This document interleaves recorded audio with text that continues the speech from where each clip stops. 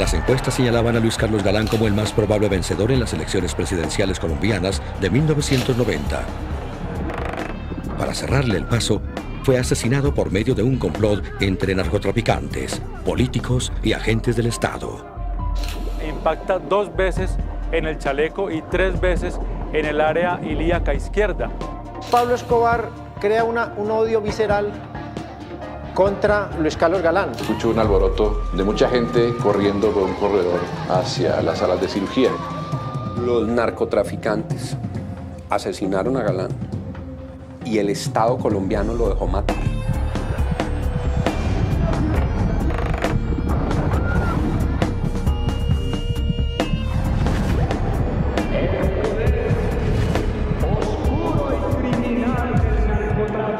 El 18 de agosto de 1989, Luis Carlos Galán, precandidato liberal a la presidencia de Colombia, se iba a dirigir a sus seguidores en el municipio de Soacha.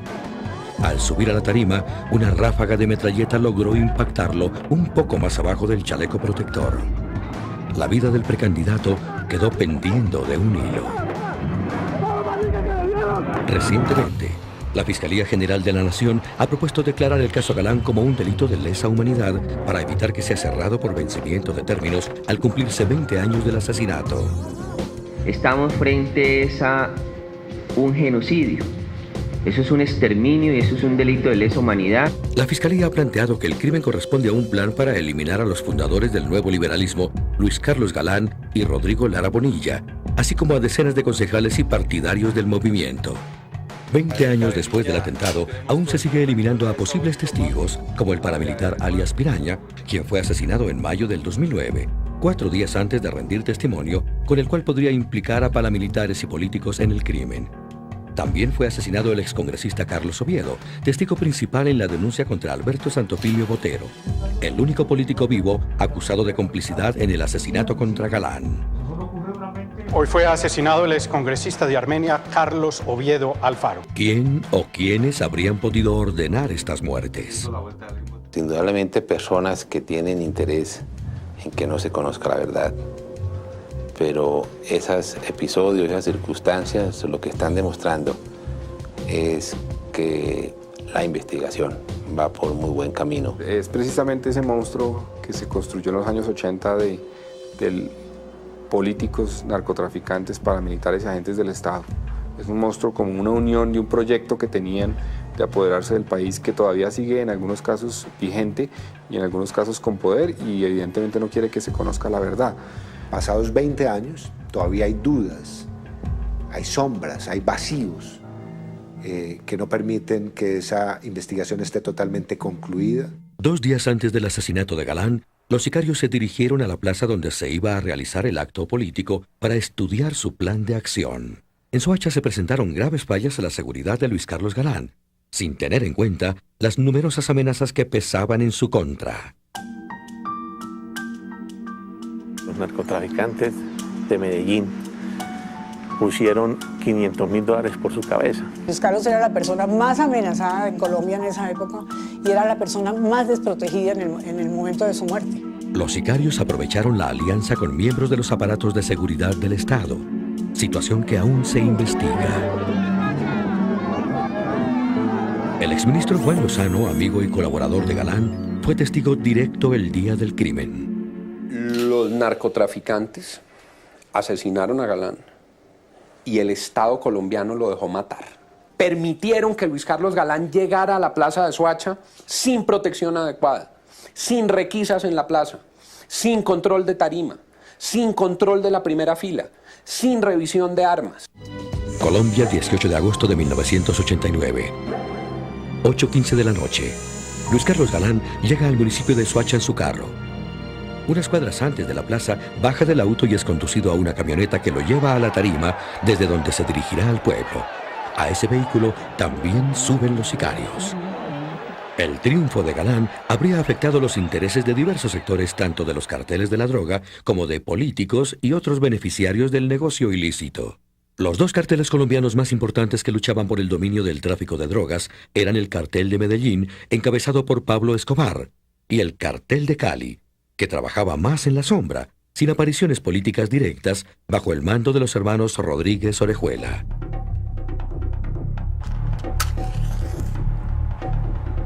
El atentado contra la vida de Luis Carlos Galán fue orquestado por una compleja organización que planeó cada uno de sus pasos y cuyas ramificaciones y agentes aún no se han esclarecido del todo. José Eber Rueda Silva, uno de los sicarios que participó en el atentado contra Galán y que llegó a conocerse más adelante como el hombre de la pancarta, escribió una carta a su madre en mayo del año 92, un mes antes de ser asesinado. Si llegado el caso me asesinan, ya que soy la última persona que me encuentro detenida, porque a casi todos mis compañeros los han asesinado por estar comprometidos en el caso Galán, dejo este escrito para que mi mamá, Lila Silva, lo entregue a la justicia en el caso de que no alcance a confesar ahora en julio que empieza a funcionar la fiscalía. En su carta, Rueda Silva relataba los pormenores del plan contra Galán. Nos devolvimos para Bogotá a cumplir la orden de los patrones de hacerle inteligencia al doctor Galán, y al poco tiempo se nos pegó otro combo tras el mismo objetivo. Luis Carlos Galán provenía de una familia liberal de Bucaramanga y desde muy joven se interesó por la política. Su hijo, Carlos Fernando Galán, relata los primeros pasos de su padre en actividades públicas. Cuando tomó la decisión de hacer política consideró lo siguiente, y es que él le habían inculcado una vocación de servicio en cierta forma, de trabajar por la comunidad y que su vida solo se sentiría realizada si trabajaba por los demás. En 1970, Galán fue nombrado ministro de Educación cuando solo contaba con 27 años. En 1972 tuvo el cargo de embajador en Italia. Y a su regreso a Colombia se dedicó de lleno a la política. Y ocupó una curul como senador de la República. En 1979 fundó el Nuevo Liberalismo.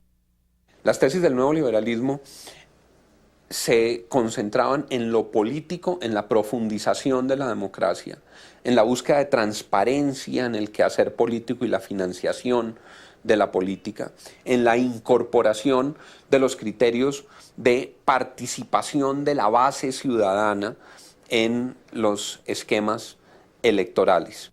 Cuando trabajaba como periodista en el diario El Tiempo, conoció a Gloria Pachón, con quien contrajo matrimonio en 1971. Hubo un acontecimiento, o varios acontecimientos, que lo llevaron a preocuparse fundamentalmente por los problemas del narcotráfico. Él insistía que lo grave del narcotráfico era el poder corruptor que esos dineros generaban en una sociedad.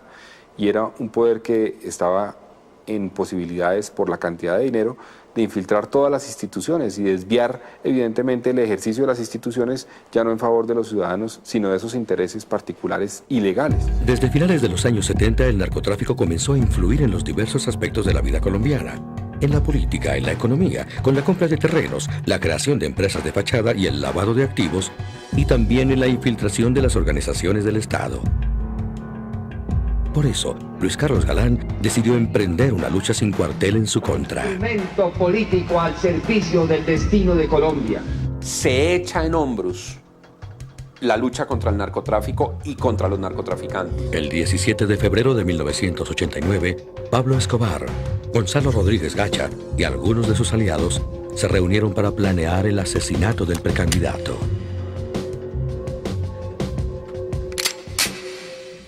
Gonzalo Rodríguez Gacha, conocido como el Mexicano, era un campesino que se enriqueció con el tráfico de droga y fue el principal aliado de Pablo Escobar en el cartel de Medellín.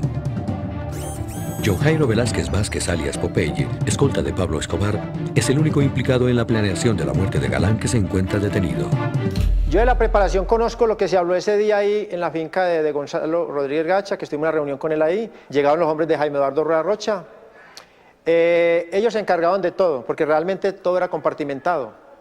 Ese cuadro del dinero que se iba a pagar, se solicitó la ametralladora 380. Rueda Silva, el hombre de la pancarta, dejó también escrito en su carta una acusación contra un oficial del ejército. Nuestro enlace principal, ordenado por el Mexicano, era el teniente Flores, quien dirigía la red de inteligencia del B2 de la 13ª Brigada. Los sicarios estudiaron en detalle la forma como deberían colocarse frente a la tarima desde donde Galán se iba a dirigir al pueblo. Al llegar, ocuparon puestos en la camioneta a la que se subió el precandidato.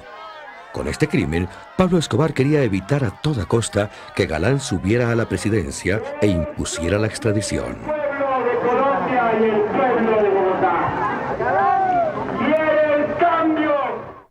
El periodista Jorge Cardona explica las razones de la violencia generada por Escobar. Las razones por las cuales Pablo Escobar y el cartel de Medellín iniciaron la violencia generalizada contra la sociedad y contra el Estado colombiano tuvo que ver inicialmente con la firma del Tratado de Extradición suscrito entre Estados Unidos y Colombia. El Tratado de Extradición se firmó entre Colombia y los Estados Unidos en noviembre de 1980 para aquellos nacionales que hubiesen cometido delitos en territorio norteamericano. Pablo Escobar le temía la extradición porque en esa época le echaban 50 años de cárcel a un narcotraficante y va solitario en un calabozo. Va a prisiones de alta seguridad, se mueve solo en un calabozo, solo una hora de sol y al calabozo, hasta que muera. A comienzos de los años 80 se intensificó el tráfico de drogas en Colombia. De la marihuana se pasó a la cocaína. El general Oscar Naranjo, director de la Policía Nacional, tiene una larga experiencia en la lucha contra el narcotráfico.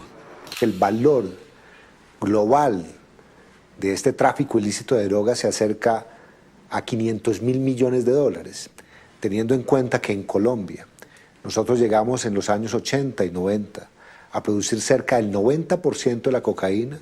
Lo que hay que estimar es que la utilidad fue millonaria. Mientras Galán daba sus primeros pasos en la política en el 76, Gonzalo Rodríguez Gacha, Pablo Escobar y Carlos Leder crearon una alianza con el fin de fortalecerse y defenderse ante la ley. El fruto de esta alianza fue el cartel de Medellín. Carlos Leder era hijo de padre alemán y madre colombiana y había iniciado sus actividades como narcotraficante llevando marihuana a los Estados Unidos. El exponente más audaz entre los capos del narcotráfico era sin duda Pablo Escobar. Desde muy joven estaba obsesionado por hacer dinero.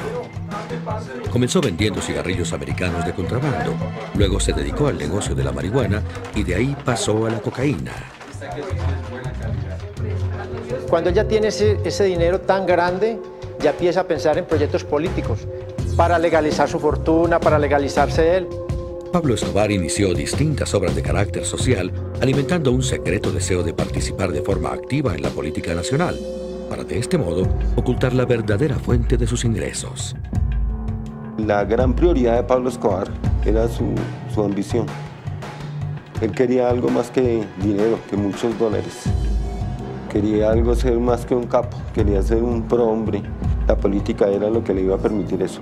A comienzos de los años 80, Escobar aspiraba a lograr un escaño en el Congreso Nacional, ingresando al nuevo liberalismo. Que quieren manifestar su voluntad de luchar por ello en las circunstancias y frente a las pruebas que sea preciso superar para salvar el destino de la República. El doctor Galán está en su campaña presidencial y es informado acerca de los apoyos y de los equipos políticos que conforman el grupo de Jairo Ortega en Antioquia, y que ahí está Pablo Escobar. Pues él creyó que él podría adueñarse o podría tener una gran influencia sobre el nuevo liberalismo. Se ve que pues no conocía de todas maneras a Galán ni sabía que Galán tenía una fuerza espiritual tan fuerte. Galán lo enfrenta, y lo enfrenta para expulsarlo de su movimiento. Ya Luis Carlos Galán lo había expulsado del neoliberalismo en una plaza pública en pleno Medellín. Entonces Pablo Escobar crea un odio visceral contra Luis Carlos Galán. A mediados del 82, Pablo Escobar insistió en su idea de participar en la política, vinculándose al movimiento Alternativa Liberal que presidía Alberto Santofimio Botero, quien lo recibió como suplente de Jairo Ortega en la Cámara de Representantes. La polémica contra la mafia hizo que Santofimio le pidiera a Escobar que renunciara a sus aspiraciones políticas. En la carta a su madre, el hombre de la pancarta relata cómo deberían aparecer los encargados de ejecutar el asesinato. Todos debíamos usar un sombrero blanco. Mi misión era meterme junto a ellos y tenía que tener una pancarta para disimular, y al mismo tiempo, con una pistola haría tiros al aire después de que Jaime le disparara al doctor Galán. Esto con el ánimo de crear pánico y que la gente corriera para así poder escapar.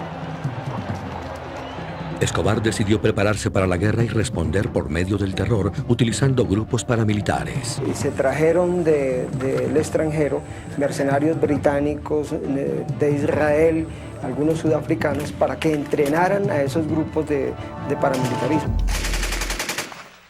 El primer grupo paramilitar promovido por Escobar surgió en el Magdalena Medio. Este grupo, el Magdalena Medio, tenía como base financiera el apoyo de los narcotraficantes Pablo Escobar Gaviria y Gonzalo Rodríguez Gacha. Ministro de Justicia, doctor Rodrigo Lara Bonilla. En agosto del 83, el presidente Belisario Betancur nombró como ministro de Justicia a un miembro del nuevo liberalismo, Rodrigo Lara Bonilla, compañero de lucha de Luis Carlos Galán. Desde el inicio de su gestión, Lara Bonilla denunció las actividades del narcotráfico en Colombia y la necesidad de implementar una política para combatirlo. Que volver cárceles sus casas para poderse defender de la delincuencia. Rodrigo Lara, personalmente, lleva al Estado colombiano a que adopte las medidas de choque contra los carteles en ascenso. Y Rodrigo Lara martilla todos los días en la conciencia colombiana acerca de lo que estaba pasando con el fenómeno del narcotráfico. El ministro Lara Bonilla ordenó la captura de más de 50 avionetas dedicadas al transporte de cocaína. También ordenó la intervención de la hacienda de Tranquilandia, donde se hallaba un gran complejo de laboratorios de cocaína. Escobar y sus aliados no tardaron en reaccionar. El 30 de abril del 84, en horas de la noche, se produjo un atentado contra Lara Bonilla mientras se dirigía a su residencia al norte de Bogotá. El escritor Naum Montt, autor de la novela Lara, relata cómo ocurrió el asesinato. La noche del 30 de abril de 1984 llovía sobre estas calles bogotanas. En este lugar se movilizaba el Mercedes blanco que llevaba en la silla de atrás al ministro de Justicia Rodrigo Lara Bonilla. En esa época se adelantaban unas obras en este sector, motivo por el cual habían unos represamientos de autos. El atentado estaba concebido de manera que no pudieran fallar. Atravesaron un carro que fingieron que estuviera varado y generó el trancón. Se aproximaron dos motocicletas, se ubicaron una a cada lado del Mercedes blanco y abrieron fuego.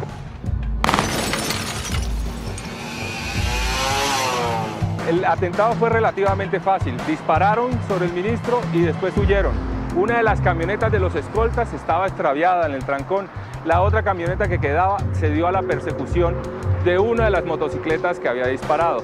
Arrancaron por esta calle en una persecución cinematográfica donde hubo cruce de disparos, lanzaron un par de granadas, pero finalmente terminaron hiriendo a quien conducía la motocicleta, que era Byron de Jesús Velázquez.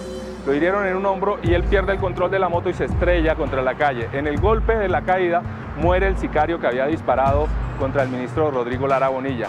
A continuación hablará en estas honras fúnebres en memoria del ministro de Justicia, doctor Rodrigo Lara Bonilla, el doctor Luis Carlos Galán Sarmiento, senador y director del Nuevo Liberalismo. Hoy estaría vivo si claudica y huye, pero como un auténtico hombre de honor, lo sufrió todo y al aceptar el reto total se convirtió en una persona sacrificada por su patria y sus convicciones.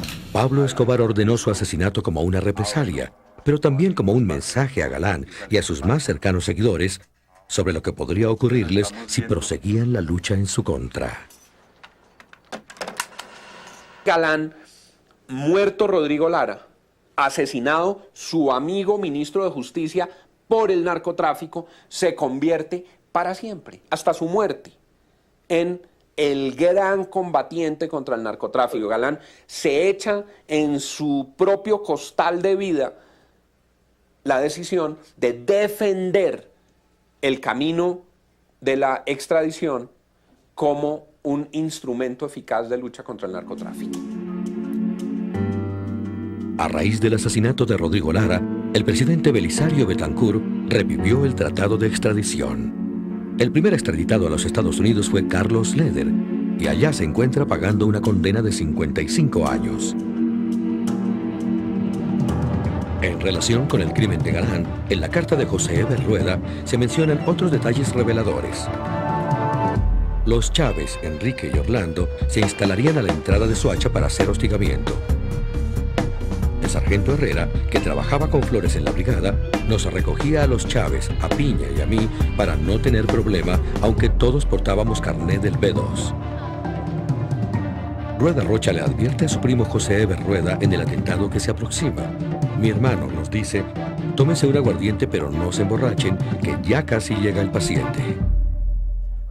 Dada la actitud del gobierno de revivir la extradición tras la muerte de Lara Bonilla, Pablo Escobar decide iniciar una guerra sin cuartel contra el Estado. Pablo Escobar toma la decisión de traer gran cantidad de armas. Para la época fuera novedoso. Vinieron fusiles Auge 5.56, fusiles R15 5.56, ametralladoras UCI, mini UCI, pistolas, vino toda clase de armas pequeñas para armar las comunas. Se arman las comunas porque los sicarios eran por montones. Y se toma la decisión de enfrentar el Estado.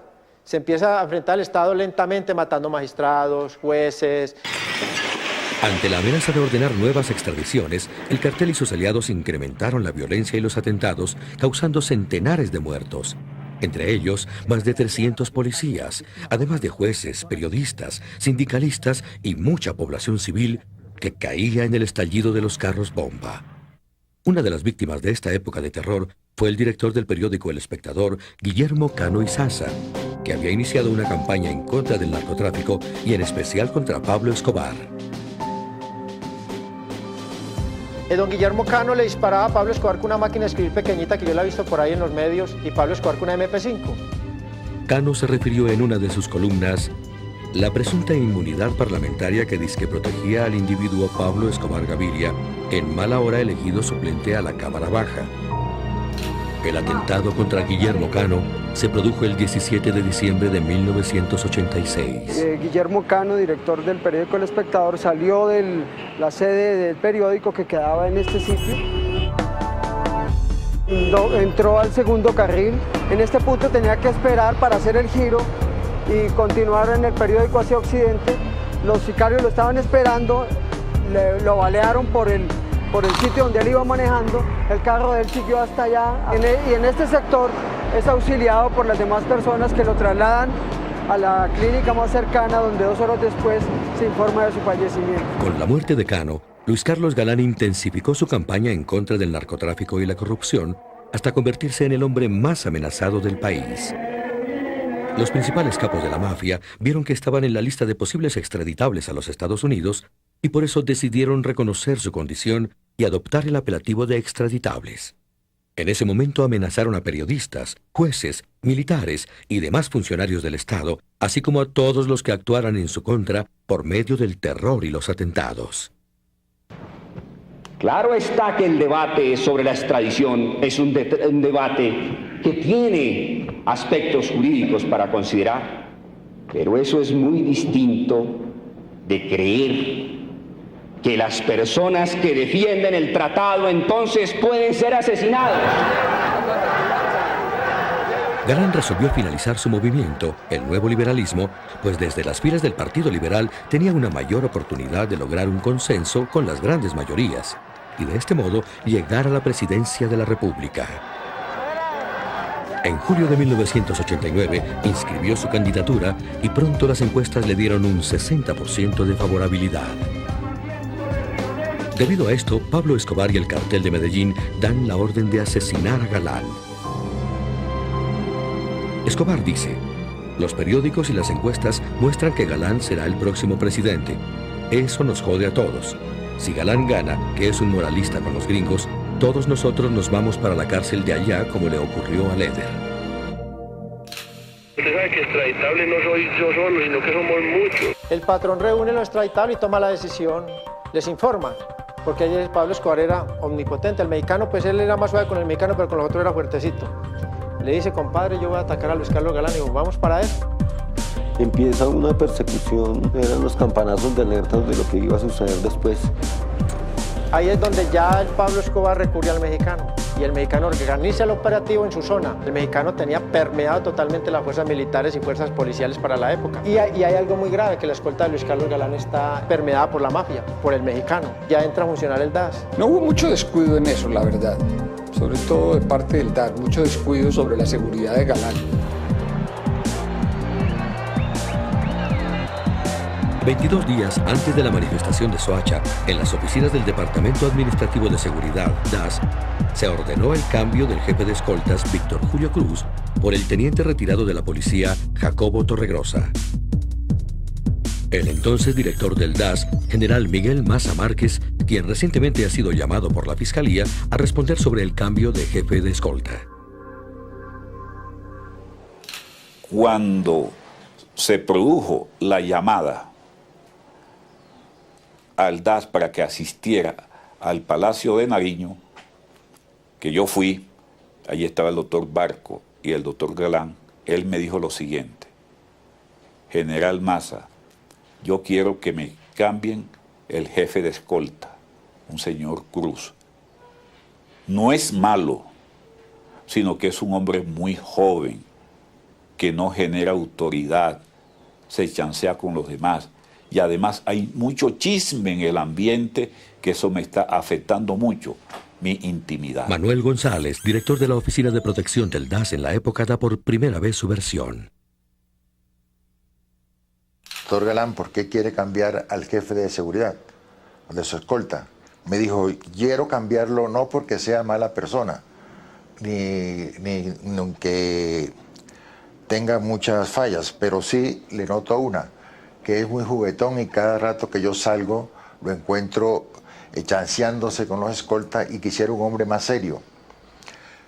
Le informé que en el departamento teníamos al señor Jacobo Torregrosa, que fue teniente de la policía, que por su formación de oficial de la Policía Nacional podía prestarle un excelente servicio. La familia y sus principales colaboradores no veían este cambio con buenos ojos.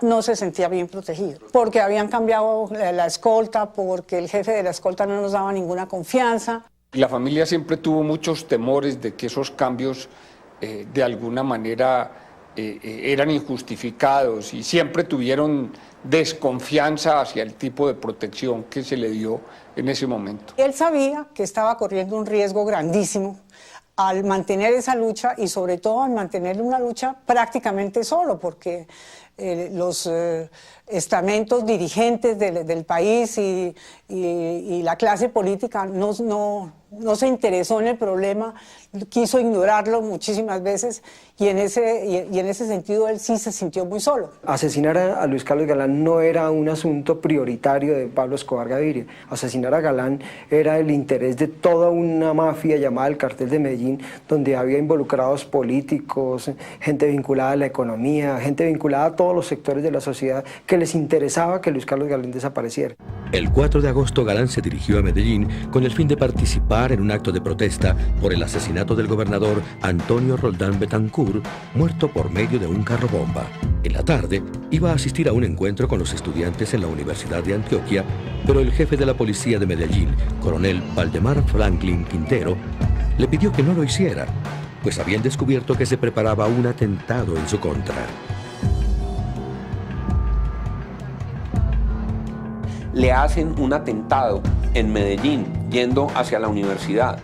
Galán estaba interiormente desolado por la falta de solidaridad frente a ese atentado. Galán decía, es que me iban a matar los narcotraficantes en Colombia, y al país casi que le resbaló ese atentado. No lo mataron, no pasó nada. Nosotros lo atacamos en Medellín y fallamos.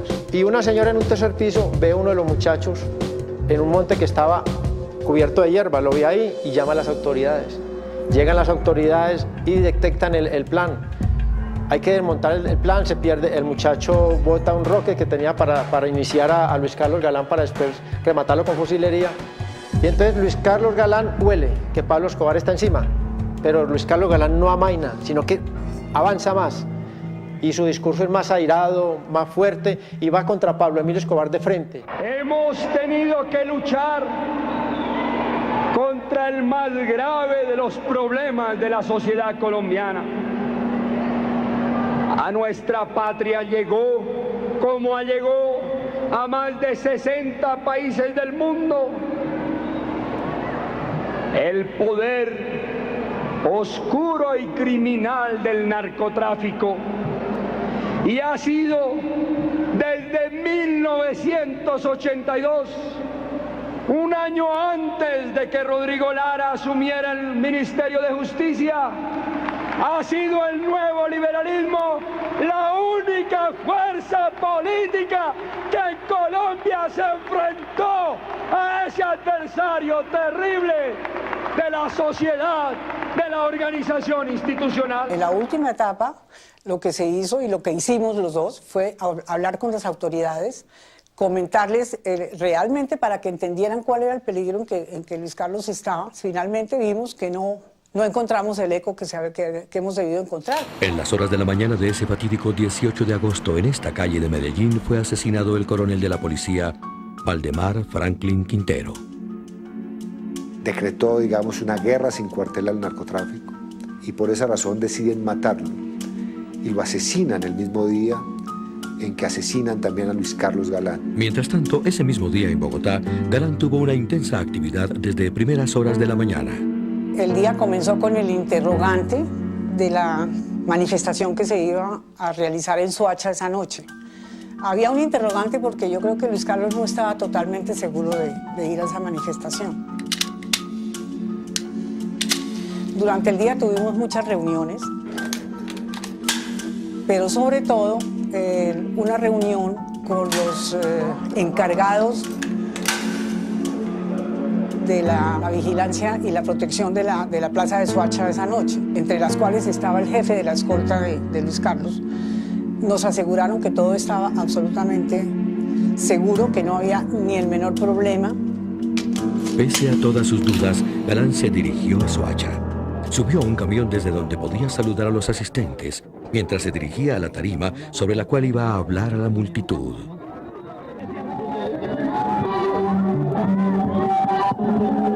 Galán subió a la tarima confiado. Mientras levantaba los brazos para saludar a la multitud, se escuchó la ráfaga de disparos de una metralleta.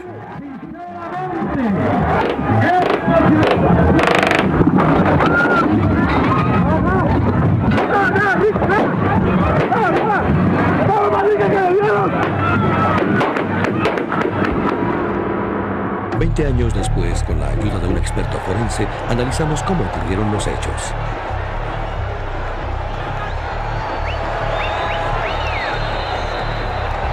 Pedro Julio Sánchez, político liberal de Soacha, se encontraba al lado de Galán cuando le dispararon. Ahí nos venimos hablando con el doctor Galán en la camioneta blanca. Me preguntó que desde dónde íbamos a hablar, cerca a la tarima de cemento. El camarógrafo Jesús Calderón fue quien grabó el momento en que Galán cayó víctima de los disparos. Pues yo no estoy en la tarima sencillamente porque las cámaras de aquella época eran unas cámaras muy ciegas. Entonces yo quería tomar una buena imagen con una buena luz. Sube primero Santiago Cuervo, luego sube el doctor Luis Carlos Galán, luego sube don Pedro y luego suben otras personas que lo están acompañando a él. Llegamos a la tarima, levantamos los brazos para saludar al público. Transcurrieron 2 segundos y en ese momento apareció el sicario debajo de la tarima. El experto forense Máximo Duque analiza los pormenores del atentado. Al momento del ataque, el asesino apunta probablemente a la cabeza del doctor Galán, pero impacta en la cabeza del concejal que se encuentra a su lado con la primera ráfaga. Ese impacto lesiona la cabeza, lesiona el cerebro, lo cual es una herida letal al instante. Esta persona cae al piso, el sicario corrige, dispara una segunda ráfaga contra el doctor Galán, apunta al área abdominal por debajo del chaleco antibala, impacta 2 veces en el chaleco y 3 veces en el área ilíaca izquierda. Las personas que se encuentran al lado del doctor Galán cambian de posición, el guardaespaldas se adelanta para proteger al doctor Galán y en ese momento el sicario dispara en una tercera oportunidad y esta ráfaga impacta al guardaespaldas en el área abdominal causando también lesiones graves.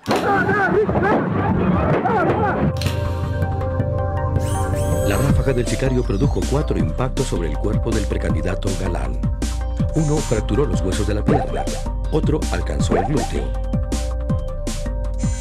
otro en el flanco izquierdo y el más grave de todos afectó la región abdominal. Este disparo intervino en la arteria ilíaca con perforación en el intestino. El vaso lesionado comenzó a sangrar en el peritoneo, que a medida que se iba perdiendo sangre, disminuían los glóbulos rojos hasta llegar a un shock hipovolémico por falta de oxígeno, herida que le causó la muerte. El arma que se empleó en este caso es una ametralladora marca Atlanta de fabricación norteamericana. Es un arma bastante útil en este tipo de ataques. Primero, es un arma pequeña, fácil de esconder. Segundo, es un arma sumamente potente a corta distancia porque es calibre 9 milímetros, lo cual le permite entregar una carga letal al blanco. Algo bien importante es la capacidad de carga del proveedor, lo cual permite alojar 20 hasta 30 cartuchos, y su capacidad de fuego puede ser de dos tipos. Uno, hacer ráfagas pequeñas y atacar diferentes blancos simultáneamente, o hacer una sola ráfaga bastante prolongada, lo cual ocasiona bastantes daños al blanco. Herido, Galán es llevado al carro blindado en el que había llegado. Mientras tanto, uno de los cómplices de Sombrero Blanco se acercó al carro para asegurarse de que Galán estuviera muerto. La seguridad lo coge, lo lleva al carro con el doctor Patricio Samper y los de seguridad, y Santiago Cuervo y Patricio Samper lo empujan, luchando para ponerlo al carro. El carro arranca, se apaga, vuelven, lo prenden, arranca y se lo llevan. La falta de un adecuado cordón de seguridad facilitó que los sicarios perpetraran el crimen. Víctor Julio Cruz, antiguo jefe de escoltas de Galán, explica cómo se planeaba el esquema de seguridad en estos casos cuando él estaba a cargo. Lo primero que hacíamos o que yo ordenaba era mandar una o dos personas que hicieran la avanzada. Se recomendaba la avanzada, pues era personal capacitado que tenía la suficiente autoridad para recomendar si la tarima había que moverla o correrla, girarla. En esta ocasión, el esquema de seguridad falló en su organización, pues la fuerza pública estaba dispersa, el frente estaba desprotegido y los sicarios lograron colocarse ante la tarima, cubiertos por el hombre que llevaba la pancarta. Mientras los demás escoltas estaban confundidos en la parte posterior de la tarima al escuchar disparos en varias direcciones. 20 años después, Jesús Calderón y Pedro Julio Sánchez recuerdan cómo vivieron esa noche.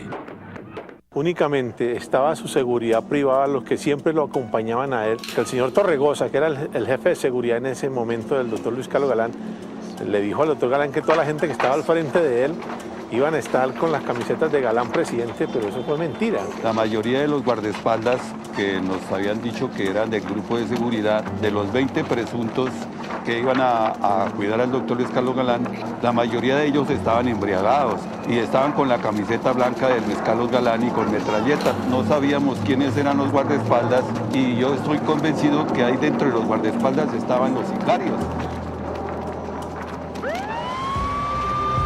Herido de gravedad, Galán no fue llevado a un hospital cercano por temor a un nuevo ataque de los sicarios.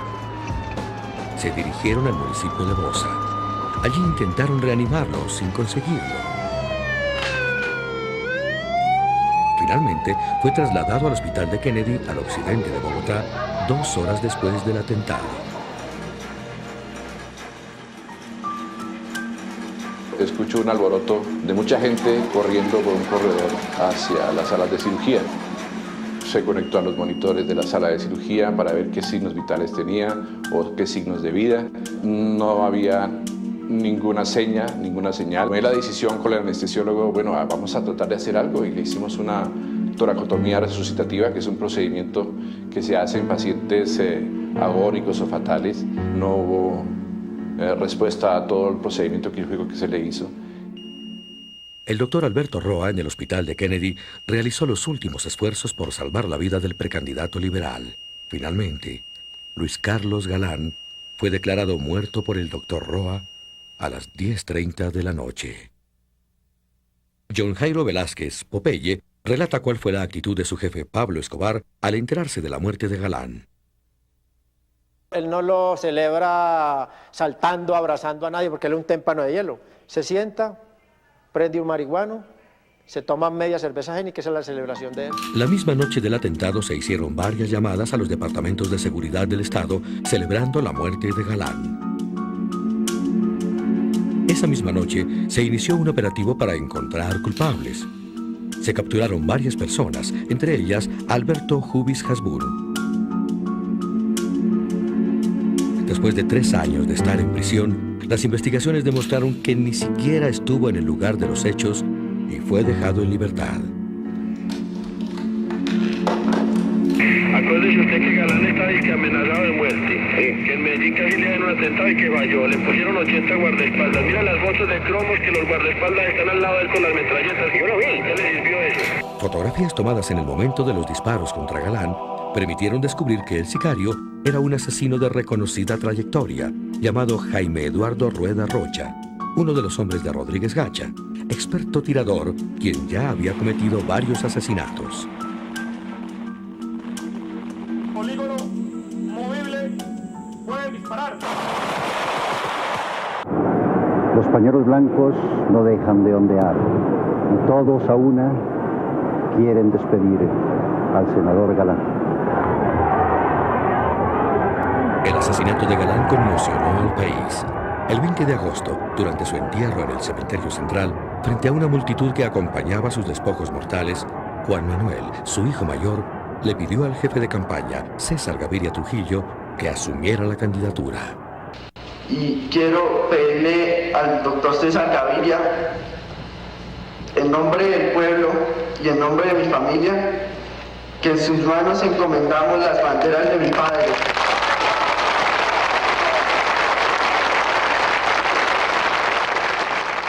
Y obviamente pues lo que hice fue asumir esa responsabilidad. Obviamente le agradezco a Juan Manuel que haya tenido ese gesto. El 17 de noviembre de ese trágico año se produjo un atentado contra el vuelo número 203 de Avianca, en el cual se suponía que viajaría César Gaviria, quien a última hora canceló su tiquete. Solo recientemente quedó claro que el propósito del atentado del avión de Avianca iba dirigido a mí. Hay una orden nacional de los extraditables. Todo el que esté aliado a César Gaviria, la orden es bala. En medio de la ola de terror provocada por Escobar en el país, estalló un bus provisto con 500 kilogramos de dinamita frente al edificio del DAS. La explosión dejó un saldo de 100 muertos y cerca de 200 heridos, de la cual salió ileso su director, el general Maza Márquez. Entonces, el gobierno incrementó las operaciones para liquidar a los capos de la droga.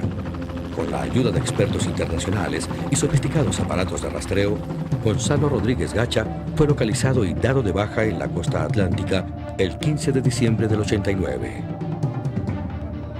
Uno de los grandes vacíos en la investigación lo constituye el jefe de escoltas, Jacobo Torregrosa, quien no fue llamado a declarar y murió en extrañas circunstancias. En cuanto a Rueda Rocha, cayó en un enfrentamiento con la policía 3 años después de asesinar a Galán. Para localizar a Pablo Escobar se unieron las autoridades de Colombia y Estados Unidos. Fue dado de baja el 2 de diciembre del 92 en Medellín. Con su muerte, la investigación sobre el crimen de Galán parecía llegar a su fin. ¿Qué consiguió entonces Pablo Escobar con el asesinato de Luis Carlos Galán? Pablo Escobar sembró el terror y la intimidación entre los colombianos. Pablo Escobar logró los decretos de sometimiento a la justicia. Pablo Escobar logró que su sitio de reclusión fuera la cárcel de Envigado. Pablo Escobar logró que en la Asamblea Constituyente se prohibiera la extradición. En los 80, el narcotráfico alcanzó su máximo poder, comprando instituciones y conciencias en el país. Esa compra que hizo el narcotráfico del país de los 80 sigue vigente hoy en muchos sectores. Buena parte del Congreso le vendió su alma al diablo y se entregó a los paramilitares, que son quienes no son más que los herederos de quienes asesinaron a Luis Carlos Galán en los años 80. El Estado colombiano pues ha demostrado tener la capacidad de controlar muchos problemas de seguridad. Y en el año 89 ellos eran mucho más poderosos de lo que son hoy. Lo que no hemos podido es desmantelar la actividad de narcotráfico. La muerte de testigos y las nuevas declaraciones de paramilitares han revivido la investigación del caso Galán.